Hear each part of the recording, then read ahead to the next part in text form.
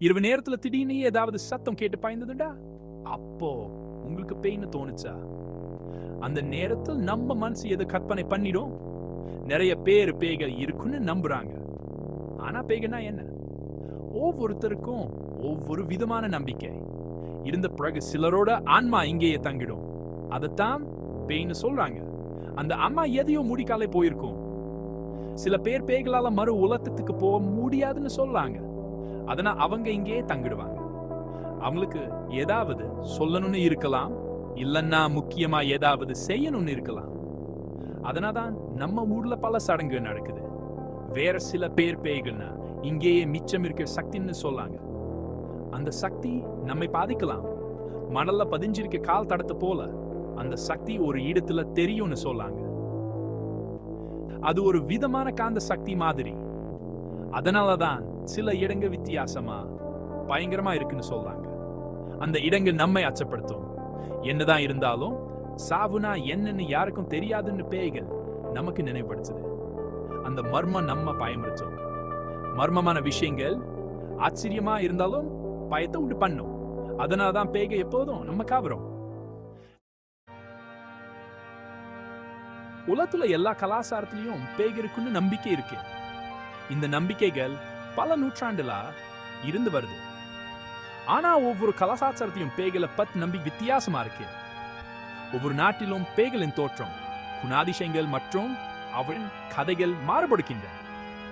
உதாரணத்துக்கு ஜப்பான்ல யூரி சொல்லப்படுற பழிவாங்கும் பேய்கள் பத்தின கதை இருக்கு.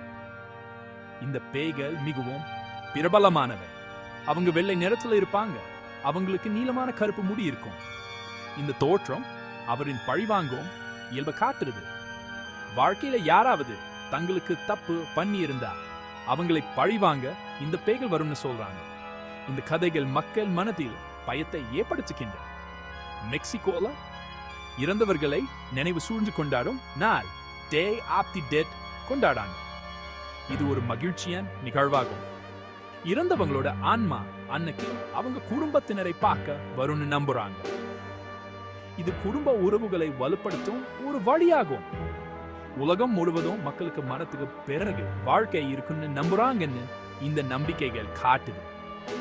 இந்த நம்பிக்கைகள் மனிதர்களின் கலாச்சாரத்தை பிரதிபலிக்கின்றன. சில பேர் பேய்களை பார்த்ததா சொல்றாங்க. அவர்கள் பேய்களை நேரில் பார்த்ததாகவும் அவற்றின் அசைவுகளை உணர்ந்ததாகவும் சூழறாங்க.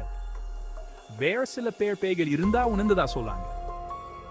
அவர்கள் பேய்களின் சத்தங்களை கேட்டதாகவும் அவற்றின் சுவாசத்தை உணர்ந்ததாகவும் சொல்கிறாங்க. பேய்களை பத்தின படங்கள் வீடியோக்கள் சூடி இருக்கு. இந்த வீடியோக்களை பேய்கின் உருவங்கள் தென்படுகின்றன. பேய்களை பத்தி நம்புறவங்க இதெல்லாம் அடையாளம்னு சொல்றாங்க. அவர்கள் இது உண்மையான ஆதாரமா கருதுறாங்க. இந்த அனுபவங்கள் நம்மால பார்க்கவும் தொடவும் முடியாத ஒரு விஷயம் இருக்குன்னு சொல்லுதுன்னு நம்புறாங்க. இது ஒரு மாயன்னு சிலர் நம்புகிறாங்க. பேய்களை பத்தி ஆராய்ச்சி பந்த விஞ்ஞானிகள் கூடி இருக்காங்க. அவங்கள பேரானார்மல் இன்வெஸ்டிகேட்டர்ஸ்னு சொல்லறாங்க. அவர்கள் பேய்களை பற்றிய உண்மையை கண்டுபிடிக்க முயற்சிக்கிறார்கள். பேய்கள் இருக்கான்னு கண்டுபிடிக்க விஞ்ஞானிகள் கிட்ட சிறப்பு கருவிகள் இருக்கு. இந்த கருவிகள் பேய்களின் அசைவுகளை பதிவு செய்ய உதவுகின்றன. வித்தியாசமான சத்தங்கள், வக்குகள், வெப்பநிலை ஏற்படும் மாற்றங்கள் இதை எல்லாம் கண்டுபிடிக்க இந்த கருவிகள் உதவும். இதனால் பேய்களின் இருப்பு உறுதியாகும். இவ்வளவு கதைகள் ஆராய்ச்சிகள் இருந்தாலும் நிறைய பேய்களை பத்தி நம்புறதில்லை. அதுக்கு எந்த அறிவியல் பூர்வமான ஆதாரமும் இல்லைன்னு சொல்லாங்க. வித்தியாசமான சத்தங்கள், வித்தியாசமான உணவுகளுக்கு எல்லாம் வேற காரணங்க இருக்குன்னு சொல்லாங்க. காத்து, பழைய வீட்டுல வட்ட சத்தம், இல்லன்னா நம் கற்பனை சூட இதுக்கு காரணமா இருக்கலாம். பேய் கதைகள்னா தெரியாத விஷயங்களை பத்தி விளக்க சொல்லப்படுற கதைகள்னு சொல்லாங்க. மக்கள் எப்பவும் இருட்டு, அவங்களுக்கு புரியாத விஷயங்களுக்கு பயப்படுவாங்க. அந்த பயத்துக்கு பேரு முகம் கொடுக்கிறதுக்காகத்தான் பேய்களை பத்தி கதைகள் சொல்றாங்க. சரி, பேய்கள் உண்மையிலேயே இருக்கா? உண்மை என்னன்னா அதை யாரையும் உறுதியா சொல்ல முடியாது. நம்ம யோசிக்க வைக்க கதைகள் அனுபவங்க இருக்கு. ஆனா அதுக்கு எந்த ஆதாரமும் இல்ல. நீங்க என்ன நினைக்கீங்க?